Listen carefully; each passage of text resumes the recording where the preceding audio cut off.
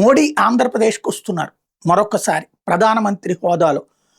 Bhogapuram airport inauguration రేపు జరగబోతుంది. దానికి మోడీ రాబోతున్నారు. మోడీకి ఇది ఆయన అదృష్టం ఏంటంటే వాజ్పేయికి కూడా లేనంతటి అదృష్టం ఆయనకి వచ్చింది.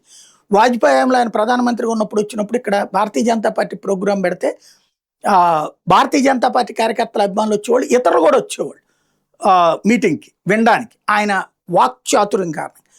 అయితే మామూలు టైంలో ఇప్పుడు వీళ్ళు తీసుకొస్తున్నట్టు లక్షలాది జనం రారు.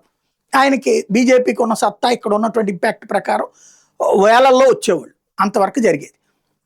అయితే నరేంద్ర మోడీ ప్రమాణ స్వీకారం చేశాక 2019కి ముందు ఘన స్వాగతాలే ఆయనకి లక్షలాది మంది. 18 తర్వాత మాత్రం నెగిటివ్ స్వాగతాలు, కానీ జనం మాత్రం వచ్చారు మోడీకి. అప్పుడు భారతీయ జనతా పార్టీ తరపున ఉన్నారు, టీడీపీ పక్కకి వెళ్ళిపోయింది. నల్ల జెండాలు నల్ల బెలూన్లు కూడా ఎగిరేసిన సందర్భం. ఆ అవమానాలని తట్టుకుని నిలబడ్డటువంటి మోడీకి, పట్టించుకొని మోడీకి ఆ తర్వాత అపారమైన గౌరవం ఏదైతే ప్రత్యర్థి పార్టీ అయినటువంటి వైఎస్ఆర్ కాంగ్రెస్ పార్టీ అధికారంలో ఉన్నా కూడా లభించింది. లక్షలాది మందిని వైసీపీనే పోగేసి మీటింగులు పెట్టింది. ఇది మరొకటి.